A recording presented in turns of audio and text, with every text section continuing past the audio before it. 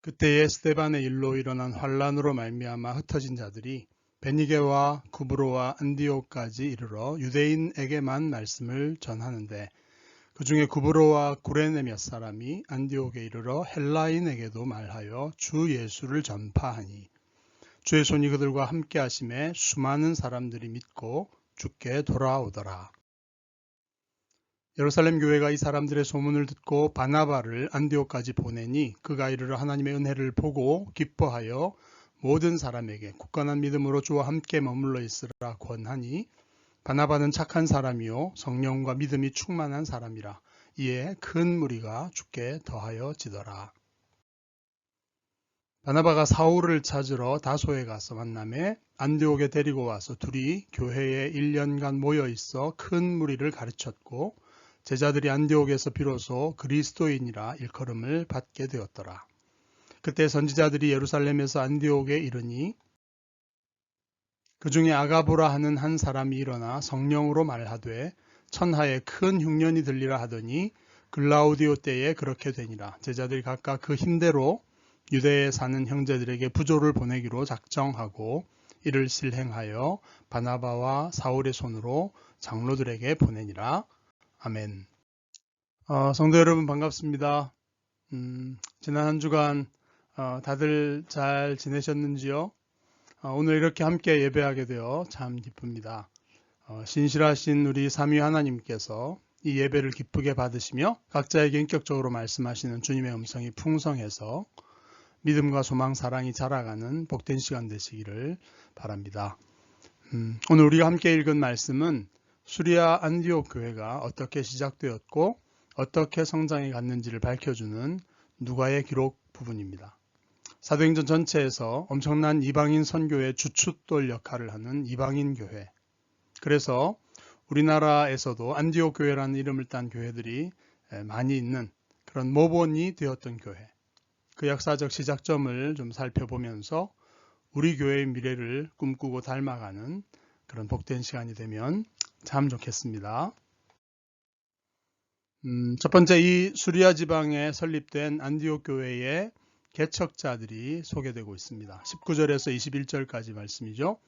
누가는 그때에 라는 말로 사도행전 8장 1절의 시간으로 되돌아가고 있습니다. 바로 스데반의 순교와 박해로 예루살렘 교회가 유대와 사마리아 모든 땅으로 흩어졌던 시점입니다.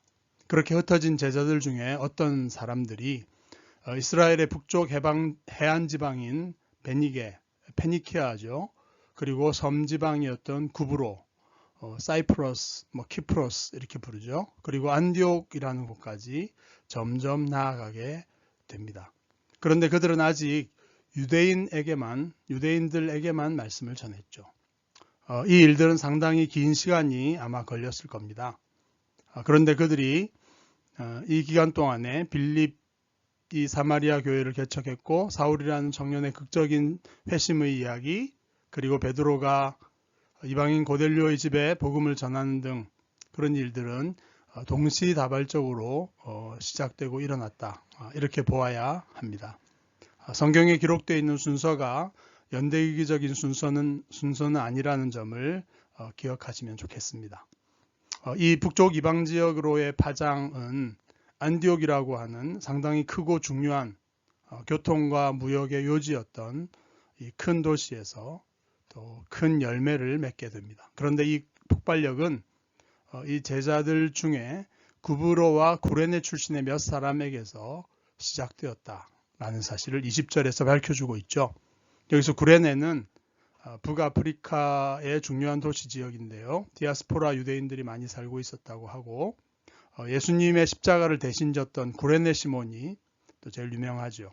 그런데 이 이름을 알 수 없는 디아스포라 유대인 제자들이, 이름을 알 수 없는 무명의 디아스포라 유대인 제자들이 아주 창의적인 사고를 발휘합니다. 바로 안디옥에 이르러서 헬라인에게도, 헬라 말을 하는 이방인이었던 헬라인에게도 말을 걸어서 주 예수를 전파하기 시작한 겁니다. 어쩌면 우연찮게 기존의 사고의 틀을 전환해서 새롭게 시도했던 일이 오늘날 우리 표현으로 대박이 터지게 된 겁니다. 바로 주의 손이 그들과 함께 하심에 수많은 사람들이 믿고 주께로 돌아오더라. 21절이 그렇게 말해주고 있습니다. 엄청난 회심이 일어난 것입니다. 물론 그들은 모두 헬라어만 사용하는 순수 이방인들이었습니다. 이렇게 우연찮게 붙여본 불꽃 하나가 엄청난 폭발을 일으켜서 형성된 교회가 안디옥 교회, 또 최초의 이방인 교회였을 뿐 아니라 본격적으로 사도행전 후반부에서 시작될 사도 바울의 1에서 3차에 걸친 선교 여행, 그러니까 약 10여 년간 터키와 그리스 지역 전체, 헬라어를 사용했던 로마 제국의 동부 지역 절반을 복음이 편만하게 전파되었던 그런 엄청난 선교의 역사를 가능하게 하고 지속하게 해주었던 이방인 선교의 본부 역할을 했던 그런 교회가 바로 안디옥 교회였습니다. 나아가서 이 안디옥 교회는 이후에 교회사에서 교부들과 엄청난 신학자들을 배출하면서 로마 중심의 서방교회와 어깨를 나란히 할 정도로 중요한 동방교회의 중심지가 됩니다. 그런데 재미있게도 누가는 그중 몇몇 창의적인 제자들의 이름을 밝혀주지를 않습니다. 무명의 전도자들로 남게 된 거죠. 지난주까지 우리가 살펴봤던 대로 유대인 성도들의 편견과 고정관념은 우리 하나님도 직접 깨뜨리기가 어려웠었죠. 직접적인 환상과 지시 또 강력한 역사를 보여줘도 사도 베드로 자신부터 받아들이기가 쉽지 않은 일이었다는 점을 우리는 알고 있습니다. 그렇기에 이 무명의 유대인 제자들이 안디옥에서 헬라인에게도 마음을 열어 복음을 전했다는 사실은 아주 놀라운 시도였고 도전이었다. 이렇게 우리는 평가해 볼 수가 있겠습니다. 아브라함 때부터 하나님께서 복 주려고 기다려 오셨던 이방인 선교가 이 몇몇 사람을 통해서 폭발력을 갖게 되었다 하는 점은 결코 우연은 아닌 것이죠. 하나님의 보좌 우편에 계셨던 우리 주님께서도 너무나 기다렸다는 듯이 그들과 함께 하셔서 수많은 사람들로 하여금 믿고 회심하게 하는 이 놀라운 일들이 벌어지게 된 것입니다. 그런데 우리는 아직까지 그들의 이름조차 모르고 있죠. 누가가 이런 것을 통해서 강조하려는 바가 있지 않을까요? 물론 그것은 스데반의 순교의 파장 중에 하나로서 스데반의 순교의 어떤 결과, 열매를 라는 측면을 강조하기도 하고 있고 또 그 모든 열매는 주님의 손이 함께 하셔서 얻게 되었다 하는 주님의 주도적인 역사였다. 이것도 강조가 되고 있습니다. 그렇지만 예루살렘 본토의 사도들과 유대인 제자들이 극복하기 어려웠던 이방인에 대한 편견을 스스로 극복하고 물론 성령의 인도하심이 도우심이 있었겠지만 복음을 전파했던 이 놀라운 선교의 주역들, 무명의 몇몇 제자들로 그들을 처리해버린 누가의 결단이 저는 제일 놀랍게 여겨지는데요.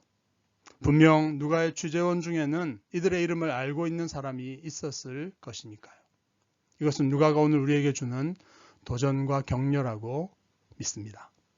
빌리 그레암 같이 대단한 복음 전도자로 알려져 있는 어떤 위대한 영적인 지도자가 아니라 이름을 밝힐 필요가 없이 평범했던 말해줘도 잘 몰랐던 그런 보통의 몇몇 제자들이 이 엄청난 주님의 역사에 매우 중요하게 쓰임을 받았다는 그런 강조점입니다.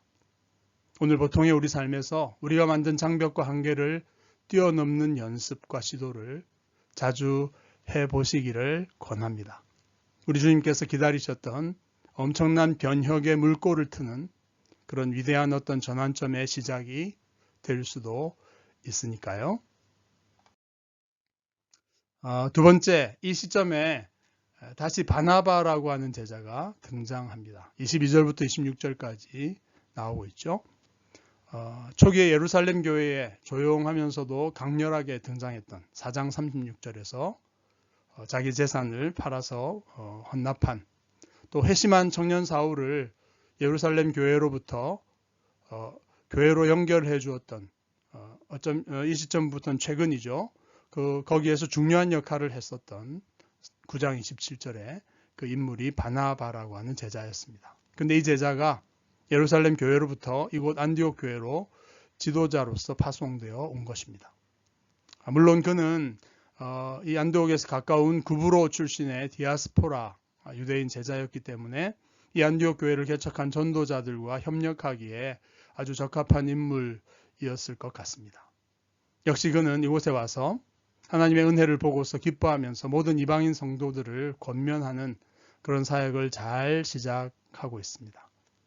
그런데 누가는 이런 역할을 하기에 적절했던 그 기반이 그의 영적인 성숙한 성품에 있었다는 것을 조금은 상세하게 소개해주고 있죠. 24절에 보면 바나바는 착한 사람이요 성령과 믿음이 충만한 사람이었다. 그래서 큰 무리가 주님께 더하여졌다. 이렇게 말하고 있습니다. 그는 선한 마음을 갖고 있었기 때문에 이방인에 대한 편견이 없었던 것 같고 그들을 차별 없이 구원하시는 주님의 은혜를 마음으로부터 기뻐했습니다. 그리고 성령과 믿음이 충만한 사람이었기 때문에 주 성령께서 뜻하시고 이끌어 가시는 그 방향을 잘 통찰하면서 그것을 온전히 이루는데 자신을 들여서 요긴하게 쓰임받을 수가 있었던 인물이었습니다. 그래서 그의 사역으로 말미암아 큰 무리가 주님께 돌아오는 더 큰 열매가 맺히게 되었다라는 것이죠. 이것과 관련해서 누가는 그의 중요한 공헌 한 가지 점을 다시 이어서 소개합니다. 25절, 26절에 나오는데요. 바로 사울을 찾으러 안디옥에서 가까운 길리기아 지방의 다소로 직접 가서 그를 안디옥으로 데려와서 둘이 함께 교회를 말씀으로 가르치고 섬기는 그런 사역을 1년간 충실하게 감당했다는 점입니다. 바나바는 안디옥 교회의 필요가 무엇인지 그리고 이 일의 가장 적임자가 누구인지 뚜렷하게 통찰하였습니다. 바로 놀라운 말씀의 은사를 가졌던 인물 사울, 그리고 이방인 선교로 소명을 받고 10년 가까이 충실하게 준비되고 있는 인물 사울이었습니다. 그와 자신이 성격은 좀 많이 달라서 서로 갈등의 소지가 있을 수 있다. 이런 사실을 모르지는 않았을 겁니다. 또 자신이 안디옥 교회 개척 멤버가 아니기 때문에 또 다른 사역자를 데려오는 부담도 없지는 않았겠죠. 하지만 그는 안디옥 교회가 지금 말씀 사역이 제일 필요하다라는 사실을 너무 잘 알고 있었습니다. 신앙의 뿌리가 깊어지고 또 영적인 근육과 힘줄이 견고하게 형성되어야지만이 성령께서 이 교회를 통해서 하고자 하시는 일에 정말 잘 쓰임받을 수 있는 그런 교회로 성장할 수 있기 때문이었죠. 그래서 성령과 믿음의 사람이었던 이 바나바는 주님이 원하시는 바를 충실하게 순종하고 또 역할을 하였습니다. 중년으로 접어들면서 성경의 깊은 연구로 잘 준비되었던 사울을 1년간 말씀 사역을 통해서 함께 갓 회심한 이방인들의 안디옥 교회를 놀랍게 변화하고 성장시키는 그런 역할을 감당했던 것입니다. 그들은 이곳 안디옥에서 처음으로 그리스도인 크리스티아노이라고 하는 이름으로 불리기 시작을 했습니다. 그리스도의 추종자들, 또 그리스도에 대한 열렬한 지지자들, 그리스도만 생각하고 그리스도에 대해서만 말하는 무리들, 뭐 이런 뜻이겠죠. 오늘날 BTS의 아미를 떠올려 보면 쉽게 이해될 수 있을 것 같습니다.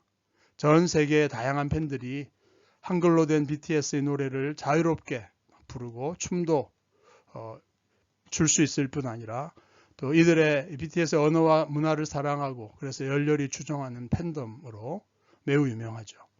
안디옥의 제자들의 공동체는 그리스도를 알고 배운 결과로서 그리스도처럼 생각하고 그리스도처럼 말하고 살아가는 한마디로 그리스도의 화신이 되었다는 것입니다. 이 별명은 자신들의 희망사항을 담아서 스스로에게 붙인 별명이 결코 아니었습니다. 안디옥에 사는 믿지 않는 사람들이 아마 처음에는 조롱 섞인 말로 불렀을 겁니다. 그런데 그것이 오늘날 기독교인을 가리키는 말이 된 것입니다. 이것은 처음 몇 복음 전도자들의 기여로 큰 무리가 회심하게 되었다는 이런 양적인 사실과는 또 다른 교회의 성숙함과 역량을 갖추었다는 질적인 차원을 증명하는 그런 단계를 보여주는 말입니다. 그 연결점은 바나바라고 하는 지도자의 역할에 있었고 또 사도 바울의 말씀의 사역이 또한 중요한 역할을 했었죠. 이 모든 것이 멋지게 연결이 되어서 이제 이방인 선교의 기반으로서의 안디옥 교회가 형성이 된 것입니다. 그들 중 누가 중요했냐? 이런 질문은 매우 어리석은 것이겠죠. 성령께서 주신 각자의 은사와 역할을 충실하게 감당하고 그것이 결합되면서 더 크고 놀라운 하나님 나라의 역사가 준비되고 진행되고 성취되는 것이 하나님 나라의 방식이기 때문이죠. 오늘날 우리 개인과 교회 공동체에 있어서도 마찬가지입니다. 우리 누가는 무엇보다도 선한 마음과 성령과 믿음의 사람이 되는 것을 중요하게 말하는 것 같습니다. 자기중심적인 관점을 내려놓고 하나님의 나라의 실현을 위해 성령의 뜻을 분별하고 더 선하고 겸손한 마음으로 자기의 파트를 충실하게 감당하는 것이 중요합니다.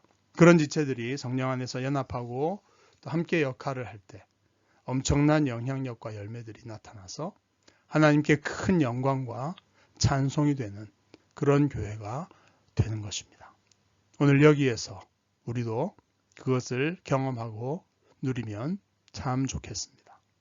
그때와 똑같은 분이 우리의 주님이시고 그때와 똑같은 성령님이 지금 우리와 함께 계시니까요. 마지막 장면은 안디옥 교회가 유대의 형제들에게 구조 헌금을 보내는 그런 사역입니다. 27에서 30절까지 나옵니다. 누가가 예루살렘에서 내려온 선지자들 특히 아가보라고 하는 사람이 로마 제국 전체에 큰 흉년이 될 것을 성령으로 말한 사건을 소개해 줍니다. 그리고 그 예언대로 실제로 매우 심각한 흉년이 다가왔습니다. 그래서 안디옥 교회 형제들은 각각 그 힘대로 유대에 사는 성도들에게 부조를 보내기로 작정했다라는 사실을 누가는 소개해 줍니다. 그리고 어느 기간 그 작정한 헌금들을 수집했고 바나바와 바울의 손으로 예루살렘 장로들에게 보내었다. 이렇게 정리를 해줍니다. 누가가 말하고 싶었던 것은 이 이방인들로 구성된 안디옥 교회의 영적인 성숙함이 아닐까 생각합니다. 그리스도인이라고 불렸던 그들의 실제적인 삶의 단면을 가장 잘 보여준 사건이 자신들의 돈을 아무 대가도 없이 모아서 필요를 따라서 예루살렘에 있는 교회로 보냈던 일이라는 겁니다. 이것은 복음으로 말미암아 유대인과 이방인 성도들 간의 실질적인 사회적 장벽이 무너졌다라고 하는 선언이 이제 존재하게 된 경제적인 장벽을 기꺼이 허물었다는 사실로 말미암아 증명될 수 있었다는 그런 누가의 주장으로 해석이 됩니다. 이렇게 안디옥 교회는 예루살렘 교회의 필요를 기꺼이 채워줌으로써 서로 참 사랑으로 연결되고 그리스도 안에서 한 몸으로 하나 되었다는 사실을 강력하게 표출하고 표방하고 있는 것입니다. 헌금을 거두고 보내고 나누는 일, 이것은 사도 바울 자신이 이방인 선교 사역의 실제적인 열매로서 지속적으로 강조하고 있다는 사실을 우리는 사도행전을 읽어 내려가면서 아마 차차 확인할 수 있게 될 것입니다. 많은 사람들이 초대 예루살렘 교회가 한 마음이 되어서 모든 물건을 통용하고 각 사람의 필요를 따라 나누어주는 그런 경제적 공동체였다는 점을 하나의 이상적이고 특수한 사례로만 축소하고 싶어 합니다. 그것을 자꾸 말하면 듣는 사람이 부담스럽기 때문이겠죠. 그러나 이렇게 영적, 사회적 장벽을 허물어 하나 되게 하는 복음이 경제적인 측면에서도 역할을 하지 않는다면 어떻게 되는가 하는 것을 다른 성경 구절들도 매우 뚜렷하게 말하고 있습니다.